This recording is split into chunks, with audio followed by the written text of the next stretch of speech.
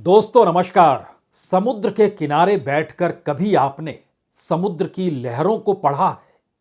कौन सी लहर आपको खींचकर अंदर ले जा सकती है, कौन सी लहर आपको बाहर धकेल सकती है? इन लहरों को पढ़िए, जान जाइएगा। और भारत की राजनीति भी समुद्र की लहरों के समान है। इन लहरों को अगर समझ लिया तो इस राजनीति के गर्त में ना तो आप डूबेंगे, और लहरों को जान लिया तो कौन सी लहर आपको सत्ता तक पहुंचा दे, इन लहरों के पाठ पर ही टिका होता है। और 2024 को लेकर जो बिसात समूचे विपक्ष या कहें सत्ताधारी बीजेपी इस दौर में बिछा रही है, उसे पढ़ना जरूरी है। क्योंकि राहुल गांधी की पदयात्रा ने विपक्ष की उस गांठ को खोल दिया है जो गांठ 2014 में, 2019 में इस तरीके से बंधी हुई थी, जहां हर कोई नरेंद्र मोदी की जीत और बीजेपी की लहराती हुई पताका को ही देख रहा था। लेकिन उस गांठ को अगर पदयात्रा ने यह कहकर खोल दिया कि यह चुनाव 2024 का जनता को लड़ना है, लोगों के भीतर ही जो सवाल हैं उन सवालों का जवाब उन्हें अगर चाहिए तो राजनीतिक तौर पर खुद को जनता को ही सक्रिय करना होगा।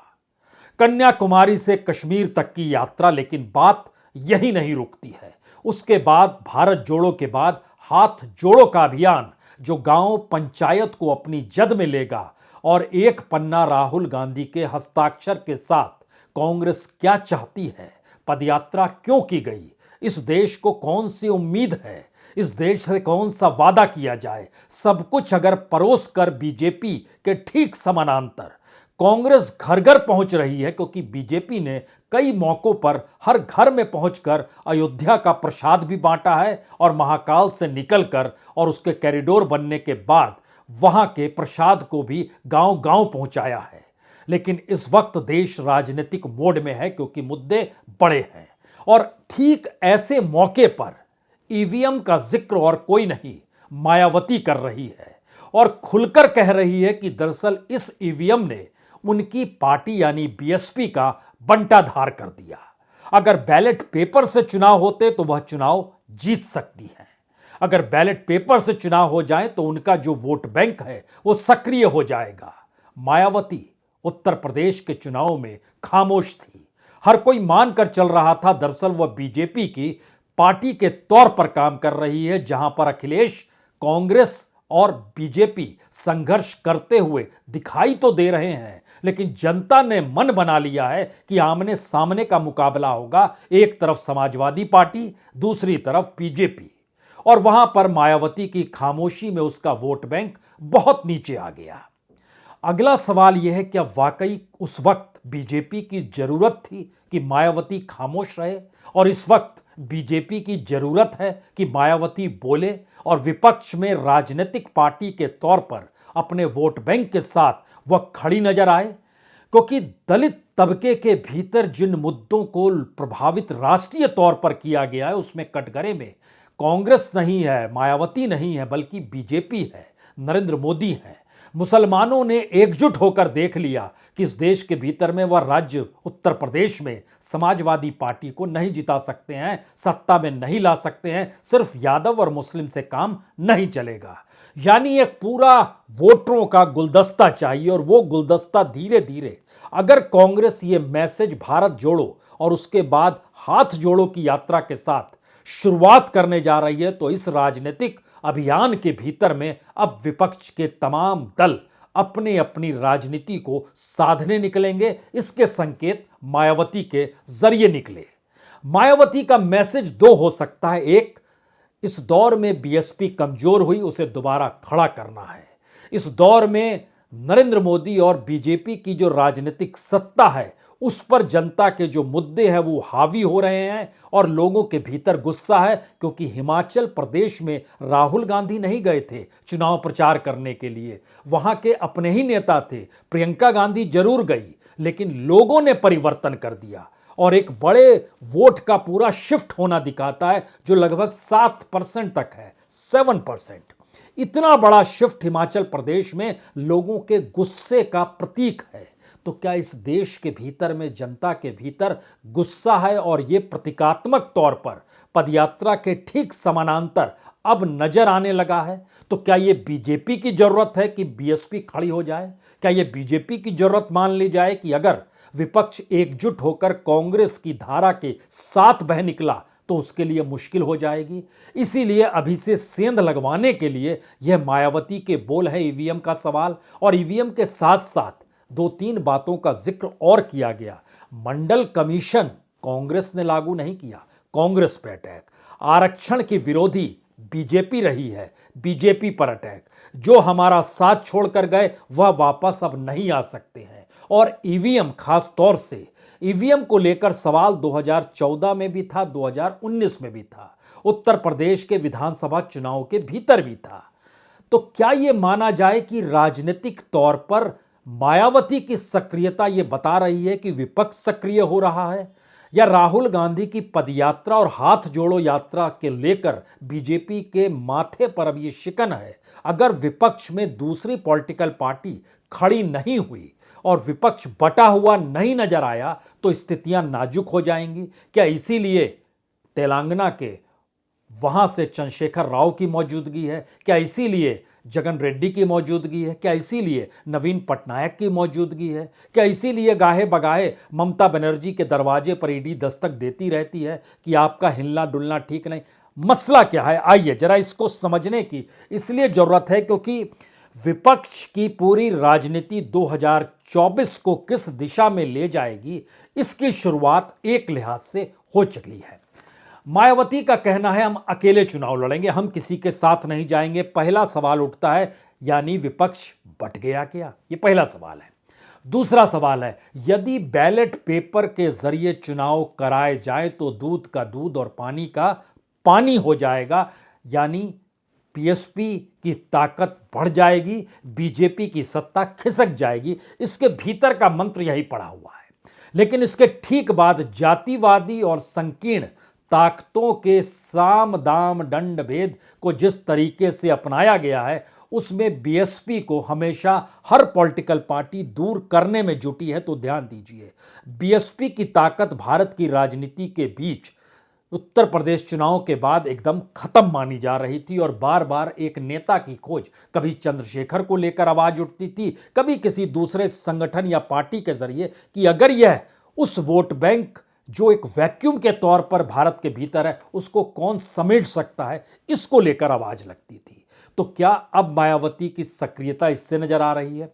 अगला सवाल एक और था उनका कि जिस तरीके से ग्लोबल समिट कराए जा रहे हैं वो दरअसल बीजेपी अपनी कमजोरी, अपनी नीतियों को छुपा रही है। लेकिन उससे बड़ा सवाल एक और था, बीएसपी का युवा तैयार हो जाए, एक ना एक दिन यह सिस्टम फेल हो जाएगा। यह मैसेज क्या है? यह मैसेज बहुत साफ है कि 2024 को लेकर जो उथला हुआ पानी है उसके भीतर से निकलते हुए जो बुलबुलें हैं और उसी की आहट के साथ जो छोटी छोटी धाराएं निकलेंगी वह 2024 को प्रभावित करेगी। और 2024 को लेकर 2019 की तरह बीजेपी और मोदी ना सोचें कि उन्हें क्लीन स्विप मिलने वाली है, क्योंकि सवाल पूरे सिस्टम का है। वह सिस्टम कब, कैसे, किस रूप में कोलैप्स होगा, क्या भारत की जनता इस बात को देख रही है?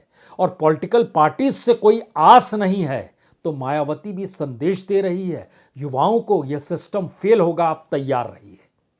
और सिस्टम फेल होने का मतलब राजनीति नहीं बल्कि सामाजिक तौर पर भी एक गड़बड़ स्थिति समाज के भीतर पनपनी शुरू हो जाती है।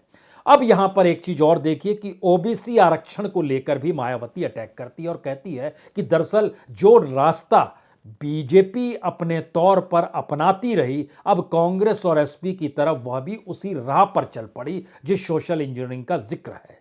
लेकिन आखिरी बात जो ईवीएम को लेकर कही गई, जिसको लेकर भारत के भीतर चुनावी लोकतंत्र में यह माना जाता है कि अगर ईवीएम यकीनी तौर पर सत्ता ने अपने अनुकूल कर लिया तो फिर लोकतंत्र तो बंधक है। क्योंकि पिछले कुछ वर्षों से देश में ईवीएम के जरिए चुनाव कराने को लेकर यहां की जनता में किस्म किस्म की आशंकाएं व्याप्त हैं। ये शब्द मायावती के हैं। उसे दूर करने के लिए अब यहां आगे सारे छोटे बड़े चुनाव पहले की तरह बैलेट पेपर से कराए जाएं, यह आवाज मायावती की है।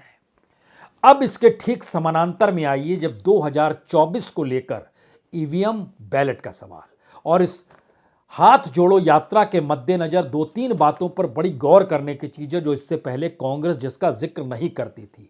वो वादा भी कर रही है, वह संदेश भी दे रही है, वह अपनी सीख जो उसने पाई है जनता के जरिए वह भी बता रही है, और समाज कैसा है इसका जिक्र भी कर रही है। वो वादा कर रही है गैस सिलेंडर 500 रुपए, रुपया डॉलर के मुकाबले मजबूत हो चला है उसको हम कमजोर करेंगे, यानी रुपए को मजबूत करेंगे।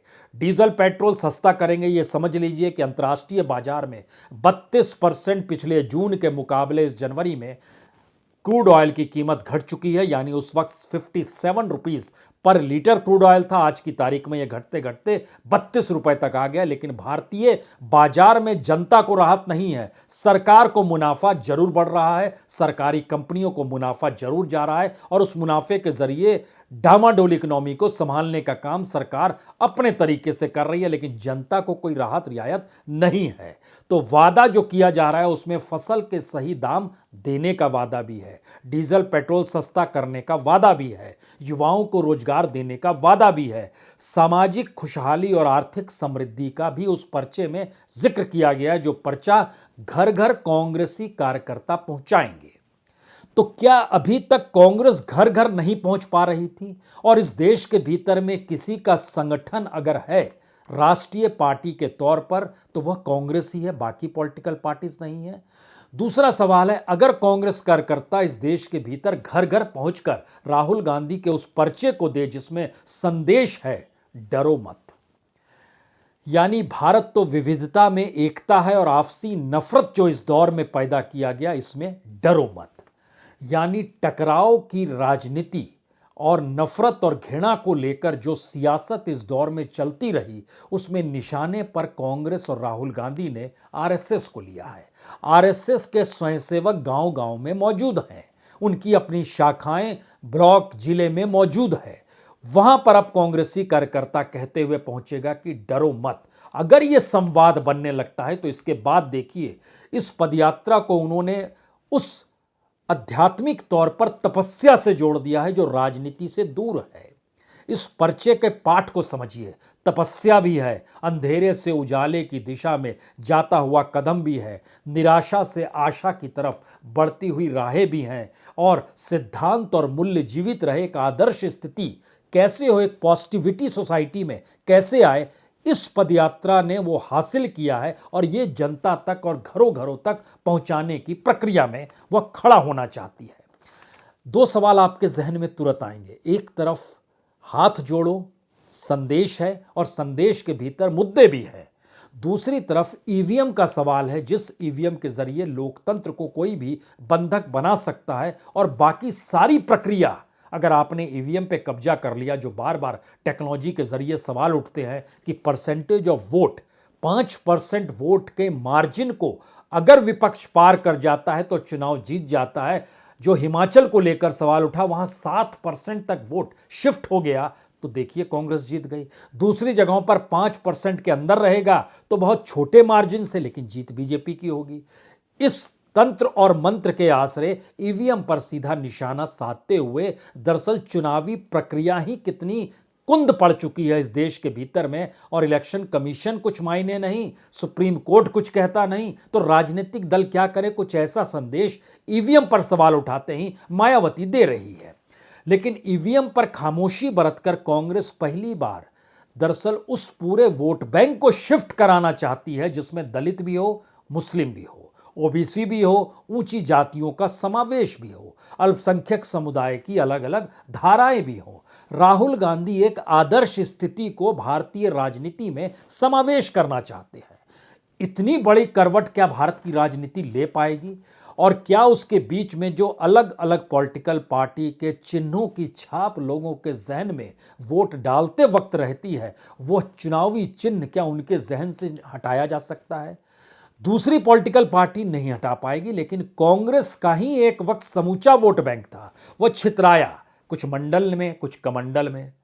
कुछ इस दौर के भीतर में दलित के सवाल को लेकर कांशीराम ने जिस राजनीतिक प्रयोग का जिक्र किया वह भी छिटक कर गया है। ये सारे सवाल है कि क्या वाकई कांग्रेस अब राजनीतिक तौर पर अपनी सक्रियता को घर घर तक हाथ जोड़ों के जरिए पहुंचा पाएगी, क्योंकि उसमें पत्र में जो पहला शुरुआत ही है उसमें साफ तौर पर 10 मुद्दे का जिक्र है। गहराता आर्थिक संकट, युवा बेरोजगार, महंगाई आसमान छू रही है, किसान कर्ज के बोझ तले दबा हुआ है, सारी संपत्ति चंद उद्योगपतियों के हाथों में है, बेहतर भविष्य का सपना टूटता जा रहा है, निराशा का माहौल गहराता जा रहा है, धर्म के नाम पर लोगों को बांटा जा रहा है, जातिगत आधार पर लोगों के भीतर कटुता फैलाई जा रही है और टकराव लोगों के भीतर असुरक्षा को पैदा कर रहा है। यह एक घातक स्थिति है।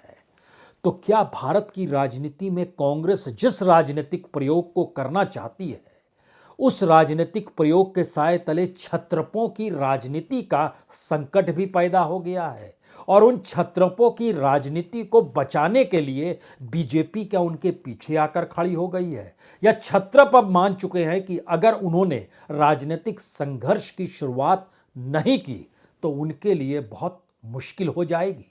ध्यान दीजिए, ये तीनों चारों परिस्थितियां भारतीय राजनीतिक पटल पर लहरों के समान बार बार सामने उभर कर आ रही है, टकरा रही है, पीछे जा रही है। अब यहां पर जब ईवीएम का सवाल आता है तो हमें लगता है ईवीएम के जरिए 2014 में पहली बार वोट पड़े। 2014 में बीजेपी को 22% वोट मिले, कांग्रेस को 26% वोट मिले, मायावती को 5.33% वोट मिले, जो पहली बार ईवीएम के जरिए लोकसभा चुनाव हुआ। 2009 के लोकसभा चुनाव में बीजेपी का वोट 22% से घटकर 18.80 पर आ गया, यानी 4% वोट और घट गए। कांग्रेस का वोट 2% बढ़ गया, 26 से 28.28% हो गया, और मायावती का वोट भी 5.33 से बढ़कर 6.17 हो गया, यानी लगभग 1% के लगभग वोट उन मायावती का बढ़ गया। 2014 भारत की राजनीति में एक आंधी की तरह आई, जिसने पहली बार किसी एक पॉलिटिकल पार्टी को जो वोट की तादाद थी वो 18 से बढ़ाकर 31 तक लाकर खड़ा कर दिया। यह बीजेपी थी, यानी एक झटके में लगभग 13% वोट बढ़ गए। दूसरी तरफ कांग्रेस के एक झटके में लगभग 10% वोट घटकर 19% पर आकर खड़े हो गए, और बीएसपी यानी मायावती के वोट भी लगभग 2% घटे, 6% से वो 4% पे आ गए। 2019 में मायावती के वोट और घटे, 4 से वो 3.5% पे आ गए, और बीजेपी के वोट और 6% बढ़ गए, 31 से बढ़कर 37%, और कांग्रेस के वोट कमोवेश जस के तस रहे। इस दौर में अगर वोटों के स्टाइल शीट को देखिए तो 2014 से जबरदस्त तरीके से, तो क्या ये 2014 और 2019 को ईवीएम के जरिए मैनेज किया गया जो जिक्र मायावती इंडिकेट कर रही है, और कांग्रेस इसलिए खामोशी बरती हुई है क्योंकि 2014 और 2019 के उसके वोट एक सरीके थे। 2009 में वो 28% वोट के साथ जरूर नंबर 1 पर थी, लेकिन जब वोट की रफ्तार जब कम हुई तो एक मैसेज बहुत साफ है कि कांग्रेस के साथ लगभग 20% वोटर इस देश का खड़ा हुआ है, और बड़े हिचकोले खाते हुए 20% से नीचे बीजेपी जा सकती है अगर भारत की राजनीति पुरानी पारंपरिक राजनीति के दायरे में आकर खड़ी हो जाए, जिसका जिक्र मायावती कर रही है। और मायावती का अपना वोट बैंक जो है वो लगभग समूची लोकसभा के भीतर 3.5% है। किसी भी हालत में वो 3.5% वोट ले ही जाएंगी। वो हाईएस्ट जाता है तो 6.5% तक जाता है, तो 3% वो कम होते हुए देख रही है। सवाल सिर्फ लोकसभा चुनाव का नहीं है। हमें लगता है कि इस दायरे में तब लौट चलिए जब बैलेट पेपर से वोट होते थे 2014 से पहले। 1999 में मायावती को 4.16% वोट मिला। उससे पहले 98 में 4.93% वोट मिला। 96 में 4.02 वोट मिला। एक लिहाज से आधा % वोट बहुत तेजी से मायावती के साथ खिसका। वो बैलेट पेपर में 4, 4.5, 5%, और ईवीएम के दौर में वो 3.5% पर आ गया। मायावती शायद इस बात से घबरा रही है, लेकिन यह घबराहट उनको राजनीतिक सत्ता नहीं दिलाएगी। बल्कि ईवीएम के मुद्दे को जागृत करेगी और विपक्ष के तौर पर इस देश के भीतर जो सवाल ईवीएम को लेकर उठता है उस सवाल को वो पैदा कर रही हैं। ये पहली बात हुई। दूसरी बात है, जब बैलेट पेपर के दौर में चले जाएंगे तो 96 में याद कीजिए, उस समय अटल बिहारी वाजपेयी जब 13 दिन के लिए आए थे तो 28% वोट के साथ आए थे, कांग्रेस को 20% वोट मिला था। 98 में उनका वोट कम हो गया था, 25% हो गया था, और कांग्रेस भी एक लिहाज से 25% पर खड़ी थी, 0.% का इर्द गिर्द था। और 99 में करगिल के बाद की स्थिति याद कीजिए, फिर से वो बीजेपी 28.82% और कांग्रेस जो है 23.75%। बैलेट पेपर और ईवीएम के बीच जो छोटे छोटे परसेंटेज है, तो ध्यान दीजिए, वह 5 से 7% का एक एवरेज है जो लहरों के समान चलता है और कांग्रेस को बड़ी हानि 12% तक पहुंचाता है। लेकिन छोटे छोटे राजनीतिक दल, उसमें आप सीपीएम को भी ले सकते हैं, क्योंकि सीपीएम भी एक बड़ी वोट ताकत के साथ जो हमेशा से 5-6% रही, वह भी खिसकते खिसकते सीपीएम भी लगभग 3% पे आ गई। उससे भी कम स्थिति में आकर खड़ी हो गई है जो सीपीएम है। समाजवादी पार्टी भी खिसकती चली गई। तो इस देश के क्षेत्रीय राजनीतिक दलों के जो वोट बैंक 5% के नीचे थे, उसका वोट बैंक खिसकने में कोई दिक्कत नहीं होती है। तो क्या ये ईवीएम का प्रभाव है? दूसरी बात, कांग्रेस का जो बड़ा चंक शिफ्ट हुआ वह पूरे तरीके से बीजेपी ने उसको अपने हाथ में ले लिया। क्या वो ईवीएम के साथ जुड़ा है या वैचारिक तौर पर बीजेपी के साथ वो शिफ्ट हो गया और मोदी का जादू इस दौर में चल रहा था क्या? और इस पूरी प्रोसेस के बीच में राहुल गांधी की पदयात्रा ने दरअसल इन्हीं परिस्थितियों के पलीते में आग लगा दी है और इस बात का जिक्र किया है कि अगर घर घर जाकर इन मुद्दों को परोसा जाए, बताया जाए, उम्मीद जगाई जाए, निराशा दूर करना, नफरत दूर करना, टकराव को खारिज करना, इन परिस्थितियों को जगाया जाए, तो एक झटके में समूचे विपक्ष के पास सिवाय इसके कांग्रेस के साथ आने के अलावे कोई रास्ता नहीं बचेगा। अब सवाल यह है कि जब 30 जनवरी धीरे धीरे करीब आ रही है, उससे ऐन पहले मायावती ने क्यों कहा कि हम अकेले चुनाव लड़ेंगे? इन सब के बीच खामोशी बरती है अखिलेश यादव ने भी, खामोशी बरती है ममता बनर्जी ने भी। यानी विपक्ष की उस पूरी फहरिस्त को जरा समझने की कोशिश कीजिए कि छत्रप बीजेपी पर निर्भर रहे या छत्रप कांग्रेस पर निर्भर रहे। यह एक राजनीति का नया मंत्र निकला है। अगर कांग्रेस के साथ खड़े होंगे तो पराजित बीजेपी को करना है, अगर बीजेपी के अनुकूल चलेंगे तो अपनी छोटी मोटी जमीन बचाए रहेंगे, लेकिन सत्ता उनसे दूर रहेगी। इन दो सवालों के बीच भारतीय राजनीति की असल लहर 2024 को लेकर यह सवाल बार बार खड़ा कर रही है कि जो हाथ जोड़ो यात्रा और तमाम क्षेत्रीय राजनीतिक दलों के भीतर अब 2024 को लेकर जो उफान है, उसमें निशाने पर वह सिर्फ बीजेपी को ही लेंगे और बीजेपी निशाने पर आने को तैयार है, क्योंकि उसे यह महसूस होने लगा है कि विपक्ष अगर एकजुट हो गया तो 2024 में उसका बंटाधार। और अगर हर छत्रप अपनी राजनीतिक जमी को कांग्रेस से हटकर खड़ा करना चाहे तो सियासत की मदद क्या उसे मिलेगी? यह भी एक संकेत की भाषा है, लेकिन वह नजर आने लगा है। पत्र ओवैसी के पास नहीं गया तो ओवैसी ने ठंड का जिक्र कैसे किया? इस दौर में दिल्ली में आम आदमी पार्टी को न्योता नहीं गया तो उसके लिए बीजेपी और कांग्रेस एक समान है। मायावती ने आरक्षण का जिक्र किया तो मंडल कमीशन का जिक्र करते हुए कांग्रेस को भी कटघरे में खड़ा कर दिया। सियासत की इन पतली पतली लहरों को जरा पढ़ना सीख लीजिए। 2024 तक बहुत सारी लहरें कुछ ऐसे ही टकराएगी और यही है भारत की राजनीति में लहरों को पढ़ने का खेल। बहुत बहुत शुक्रिया, बहुत बहुत शुक्रिया।